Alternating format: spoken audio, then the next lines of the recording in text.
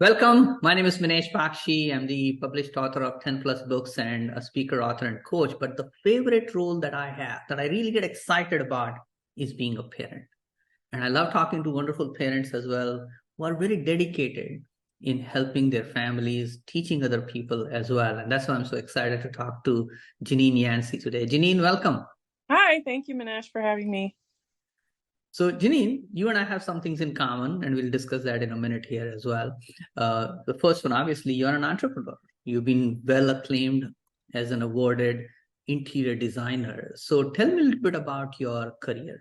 So I have a bachelor's degree in interior design, and I've done kitchen and bath design and remodeling for the last 15 years. And I have been working for other companies. I worked for 3 different companies doing kitchen and bath design and won awards doing that.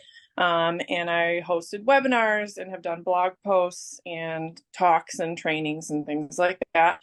I've always wanted to go out on my own. So in July of this year, I went full time as an independent designer, still specializing in kitchen and bath, of course, but expanding my horizons into other areas of interior design because I've always had clients ask for those extra things. So I thought, why not? And it's been fun. Absolutely. It's really great. So, just for clarity for people who are watching, are you looking for companies to hire you, like builders as an example, or are you looking for individuals to hire you? Who is a good potential client that you can serve?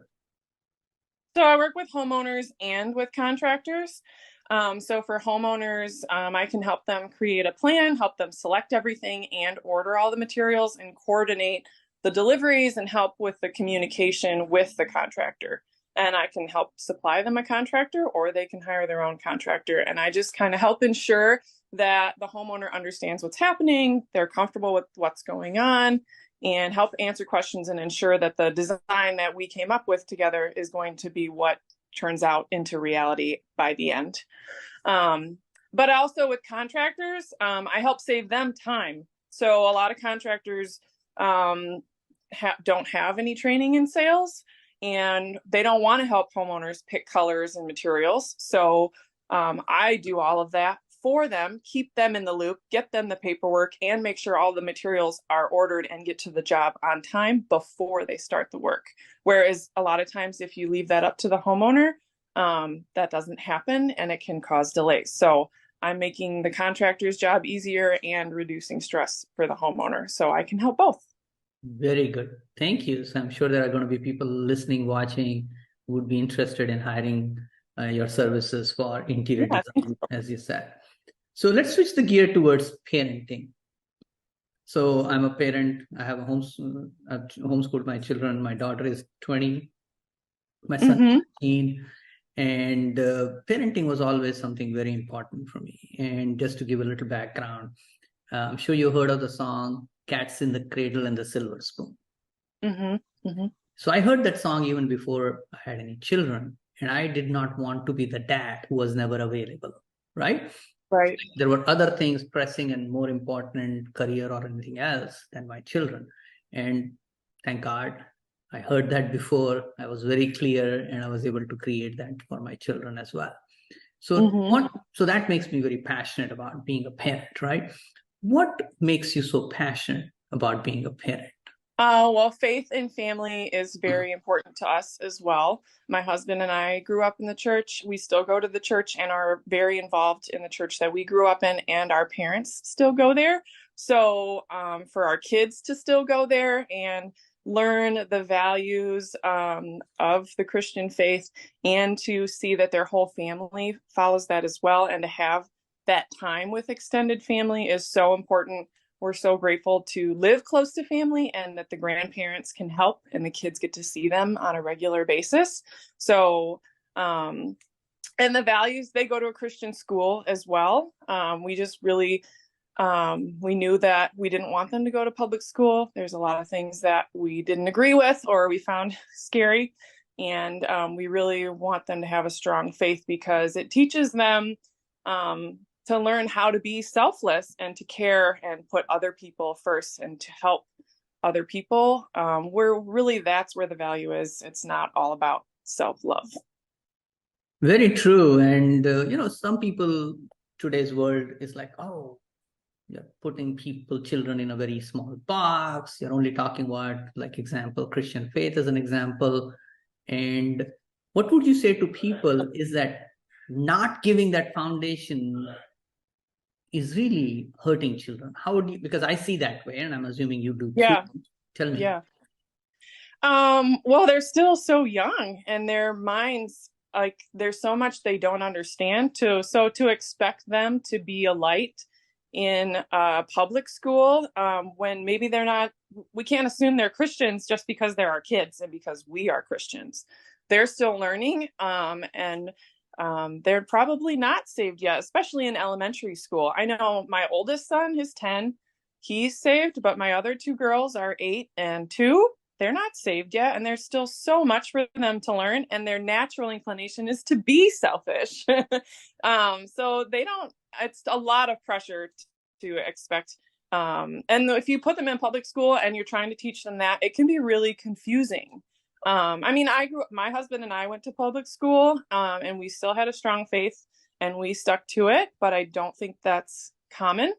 And I think today it's very different than when we were in school, and there's a lot more challenging issues that are being put in front of them that kids shouldn't have to deal with yet.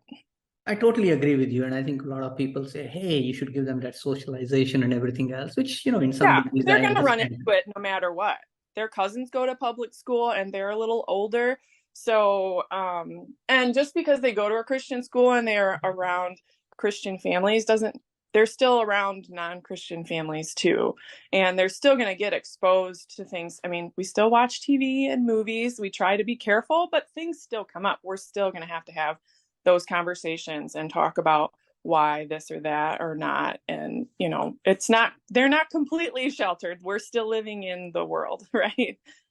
Exactly. At the same time, I believe that parents should provide enough foundation Mm-hmm. when children become adults or older, they have enough discernment Yeah. so that they A know. foundation to work off of. The Bible teaches this is the truth, what is right and wrong. And then you have something to work off of to make decisions from, instead of just like, well, this person said that and that person said that, and I'm really not sure, which, yeah, Exactly. the foundation is everything.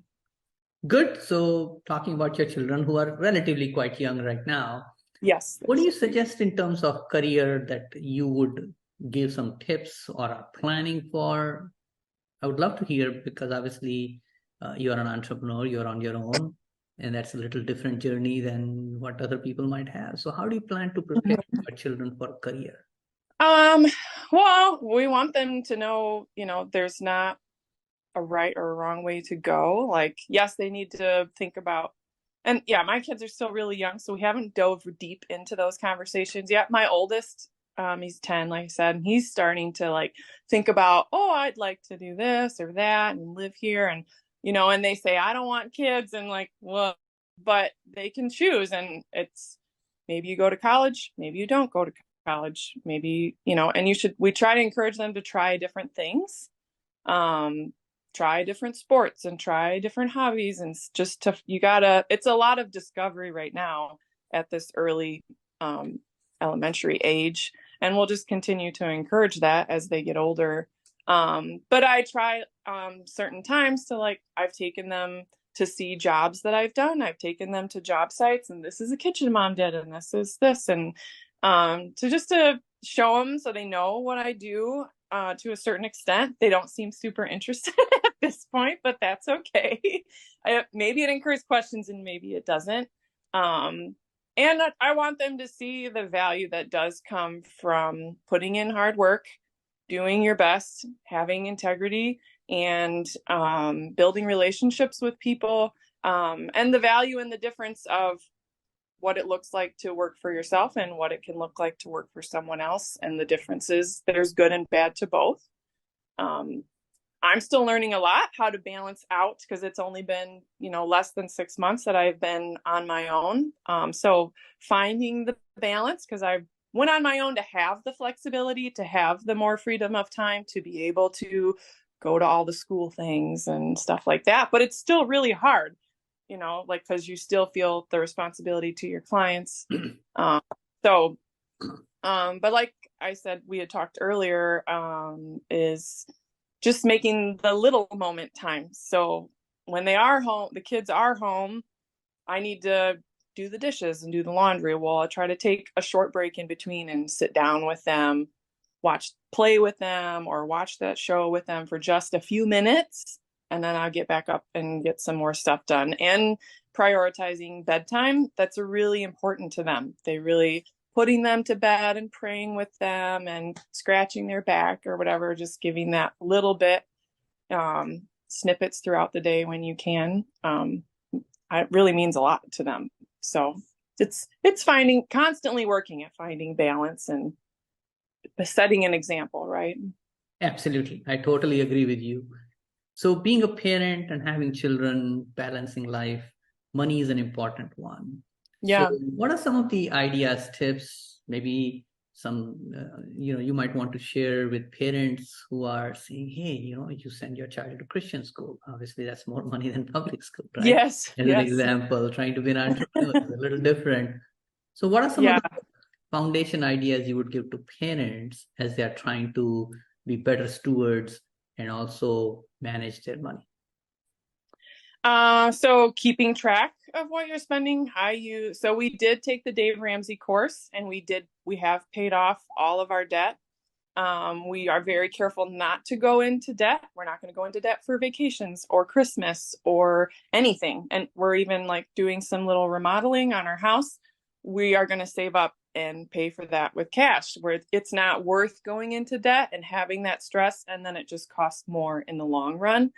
And then Dave Ramsey has an app, and there's lots of free apps out there that you can have on your phone to keep track of. So this is how much I'm going to make this month. This is where all my money's going. You can keep track and know. And then that should help you be able to prioritize, well, I'd like to save this much. And things are going to come up. You're not always going to be able to save as much as you'd like, because like the axle broke on my car and I had to pay for that. So no, I wasn't able to save as much as I normally would like to, but you have the money then. If you are trying to set aside money to save, you have the money when extra expenses come up. So it's just paying attention. And I constantly have to reevaluate every few months, just like, okay, we're starting to spend a little too much. Maybe let's rein back on eating out. Let's try not, maybe we'll wait a little longer before we do this or that, and just reviewing and being wise and talking with your spouse about it. I manage most of the money, but every once in a while, Philip and I will talk about it. That's my husband.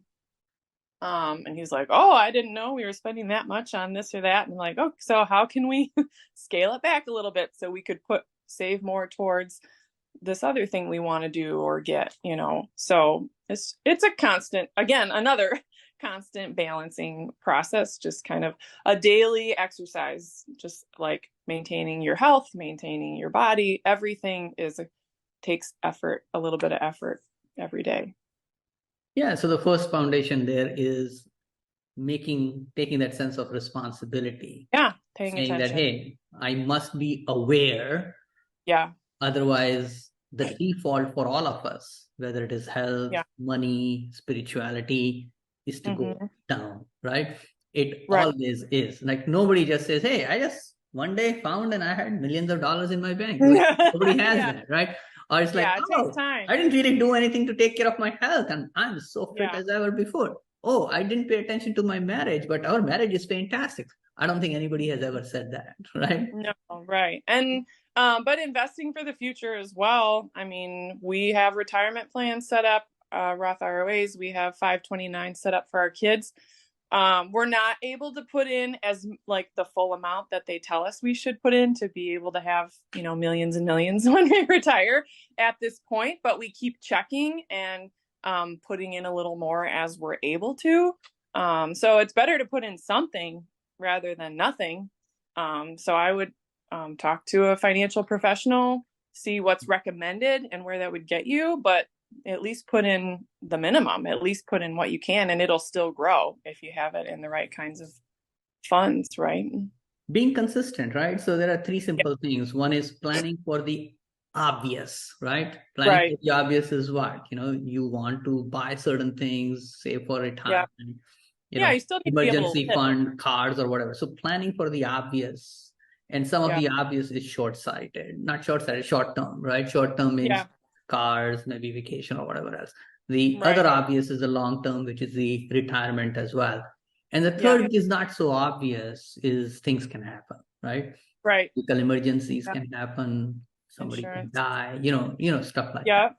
So when I look Yep. at finances, it's like planning for the obvious short term, planning for the obvious long term, and planning for the unforeseen in case something does happen. Because I've Yeah. had a friend who was 31, she died of cancer with Oh, two kids under the age of 4. You know what I'm saying? yeah. Luckily, they had No. planned, you know what I'm saying? Right? Okay. Yeah. But, it's just automatically as a parent, you have to be looking at yourself and saying, am I doing something right for my children? And obviously, from what I'm Yeah. They hearing, need to be you're taken already care of. doing that.